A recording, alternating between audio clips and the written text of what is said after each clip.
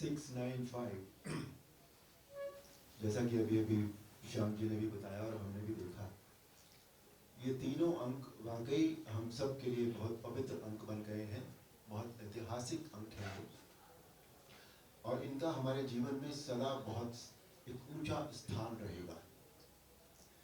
इन तीन अंकों से जो हमें प्राप्त हुआ, यानी रामलला का मंदिर, वो मंदिर हमारे लिए सदा एक प्रेरणा स्रोत की तरह रहेगा।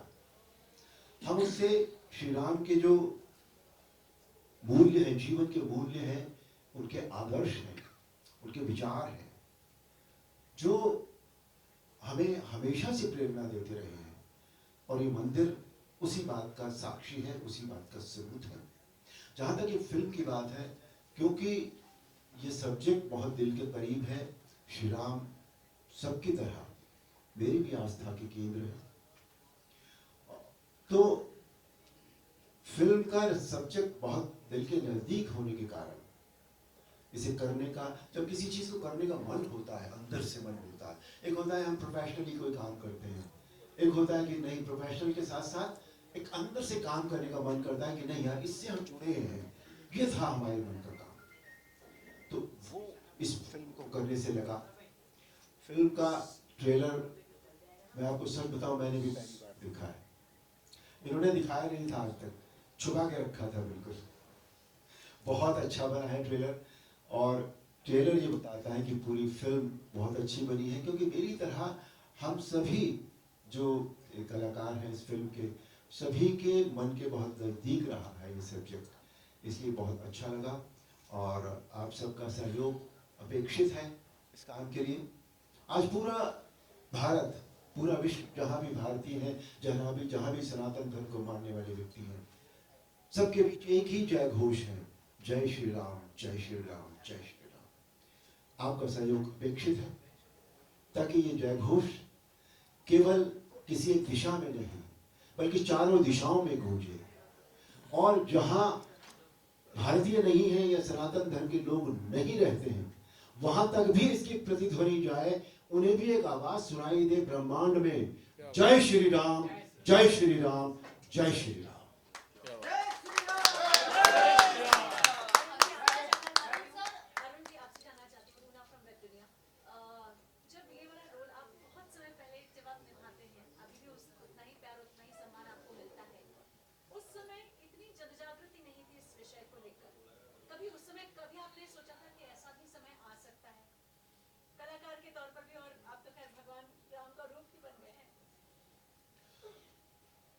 नहीं, ये जो आप इस बात को ठीक कह रही हैं कि ये जो एक जन जागृति हुई है, ये धीरे धीरे हुई है, कभी भी ऐसा नहीं था, कभी भी ऐसा नहीं था कि ये नहीं थी, और कभी भी ऐसा नहीं था कि ये इस तरह चरम पर थी, अपने उत्कर्ष पर थी।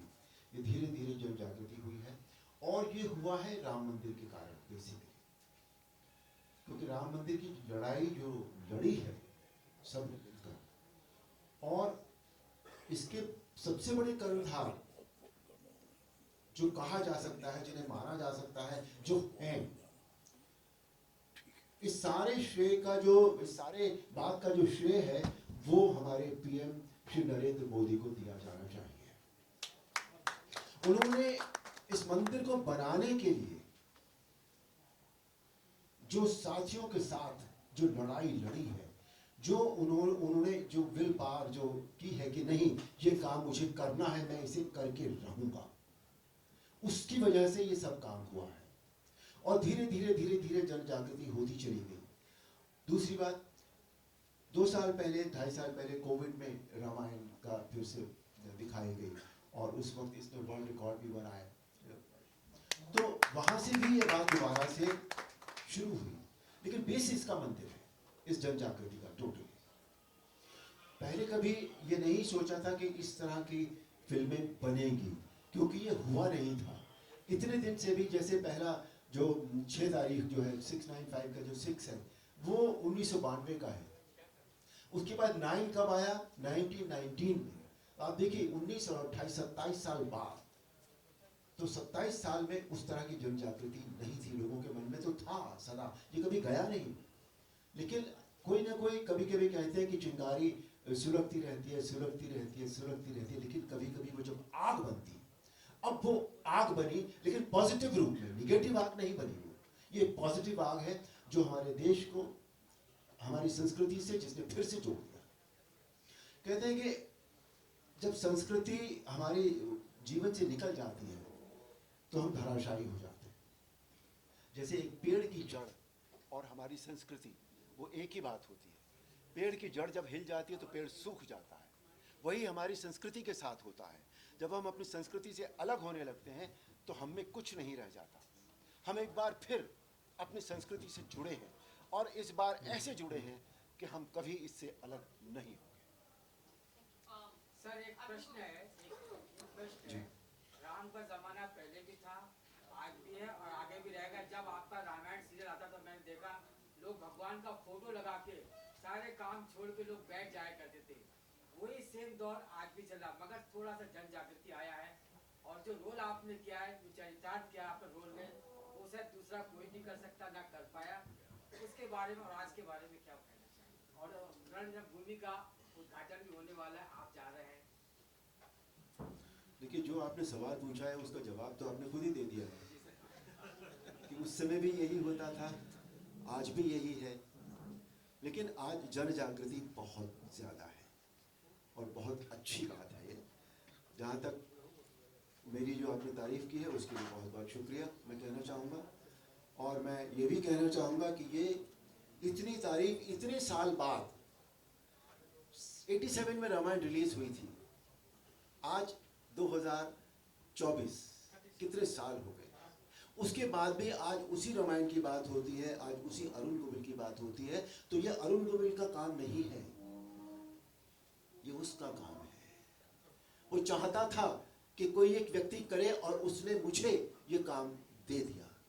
ये मैंने नहीं किया है, इसमें कुछ भी मेरा कोई हाथ नहीं है, ये सब राम जी का काम है। Sir, I have a question. Ji. I'm Princy Jain from People Bazaar. Yes, ma'am. Sir, हम हर उम्र के लिए ही जो राम का चरितार्थ है, जो एक चेहरा है, वो अरुण गोविल ही है।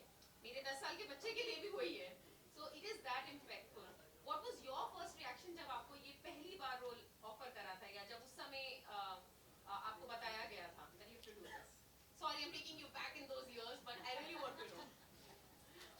मैंने जैसा अभी कहा, ये डेस्टिन्ड था हाँ जी, मेरे लिए, हाँ जी, इसलिए कि मैं रामानंद सागर साहब के साथ पहले भी काम कर रहा था रामायण से पहले। हाँ जी। मैंने उनके साथ एक फिल्म भी की थी और एक सीरियल किया था विक्रम और Betaal, where I played Vikram. Yes.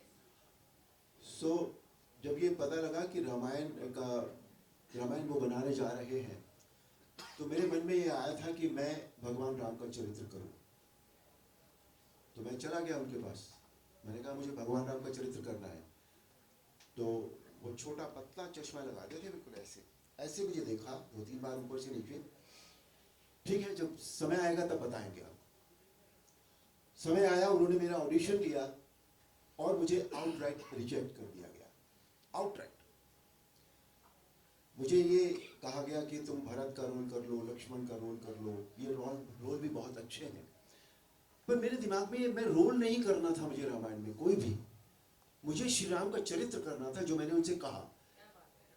और मैंने ये भी कहा उनसे कि अगर मैं इस योग्य नहीं हूँ, आप मुझे इस योग्य नहीं पा रहे हैं तो ठीक है, मतलब कोई ज़रूरी थोड़ी है, कोई ज़बरदस्ती थोड़ी है, मैं अगर नहीं हूँ इस योग्य तो इट्स फाइन। तो बात ख़त्म हो गई वहाँ पर। कुछ महीने बीत गए, उन्होंने किसी और को, मैंने सुना था ऐसा कि सेलेक्ट भी कर लिया था, पर पता नहीं, मुझे नहीं पता क्या हुआ। एक दिन उन्होंने मुझे बुलाया, घर पर बुलाया और मुझसे कहा कि पंजाबी में उन्होंने कहा था, मैं उतनी अच्छी पंजाबी बोल नहीं पाता हूँ, फिर भी कोशिश करता हूँ कि अरुण, साड़ी जो कमेटी है वो डिसाइड की थी कि तेरे वर्गा राम नहीं मिलना। मैंने कहा sir thank you very much, मैं तो आपके पास यही अर्जी लेकर आया था, आपने मुझे वापस बुला लिया है, बहुत बहुत धन्यवाद। तो ये डेस्टिन्ड था बिल्कुल। उसके बाद जो भी कुछ हुआ है, अच्छा उस समय माइथोलॉजी में काम करना भी कोई बहुत अच्छी बात नहीं मानी जाती थी। मैं I was very busy in films, those commercial films करता था मैंने अपना करियर 1977 में शुरू किया था और रामायण का पायलट बना 85 में, 85 या 86 में। तो अच्छी बात नहीं मानी जाती थी कोई प्रोफेशनली कि आप बहुत अच्छा काम कर रहे हैं। तो मुझे मेरे फैमिली ने भी कहा, मेरे मित्रों ने भी कहा कि तुम ये क्या कर रहे हो, तुम फिल्मों में काम कर रहे हो, अच्छी खासी कमर्शियल फिल्में करते हो, तुम्हारे करियर में गड़बड़ जाएगी, तुम माइथोलॉजी करोगे तो। अच्छा, ये भी नहीं पता था कि रामायण इतनी बड़ी हिट होगी, इस बात का तो अंदाजा था ही नहीं बिल्कुल भी। तो मैंने कहा पता नहीं भाई, मेरे मन में आया है और मुझे ये अब मिल गया है तो आई डू इट, और मैंने ये कर लिया। उसके बाद जो भी कुछ हुआ, दैट्स अ हिस्ट्री। जानना चाहेंगे कि आज के समय में राम जो ये शब्द है, जो एक नाम है, लोगों की आस्था मानी जाती है, लेकिन आज इसे घसीटकर राजनीति में बड़े ही खराब चित्रण से पोर्ट्रे किया जा रहा है। आपसे समझना चाहिए, क्योंकि आपको लोग राम के स्वरूप में देखते हैं आज भी। सर, अभी हाल ही में जितेंद्र आवाड़ ने एक बयान दिया था कि राम मांसाहारी थे और इसका रेफरेंस जो है वाल्मीकि रामायण में दिया गया है। ये प्राइम टाइम डिबेट का हालांकि इसे कहा जा रहा है, लेकिन लोगों की आस्था को कितना ज्यादा ठेस पहुंच रहा है इससे, इस पर आपका कमेंट क्या रहेगा? ना सिर्फ वो बल्कि उद्धव ठाकरे और साथ ही तमाम जो लेफ्टिस्ट पार्टीज के नेता हैं वो ये बोल रहे हैं, तो इसको लेकर क्या रिएक्शन? किसी इंसान के बारे में अच्छी बातें जो है वो भी तो कही जा सकती हैं। कि जरूरी है कि जो बातें डिबेटेबल हैं वही सामने लाई जाए। ये जो इंसान ऐसी बातें कहता है, ये उसकी मानसिकता को दर्शाता है कि वो पॉजिटिविटी में बिलीव नहीं करता। उसको किसी भी तरह से निगेटिविटी पैदा करनी है अपने स्वार्थी रीजंस के लिए। ऐसे लोगों का आप कुछ नहीं कर सकते। ऐसे लोग हमेशा से रहे हैं, हमेशा रहेंगे। क्यों? इसलिए कि पॉजिटिव के साथ नेगेटिव होता ही होता है, आप अलग नहीं कर सकते दोनों। ये हमारे ऊपर है। आज हमारे माता पिता होते हैं या हमारे बड़े होते हैं, हम उनसे अच्छी बातें लें या उनकी कमजोरियां लें, ये हमारे ऊपर निर्भर करता है। It's as simple as that. हमें अपना जीवन किस तरह जीना है, ये हमारे ऊपर निर्भर करता है। तो हम उन बातों को न देखें या न सोचें जो डिबेटेबल है।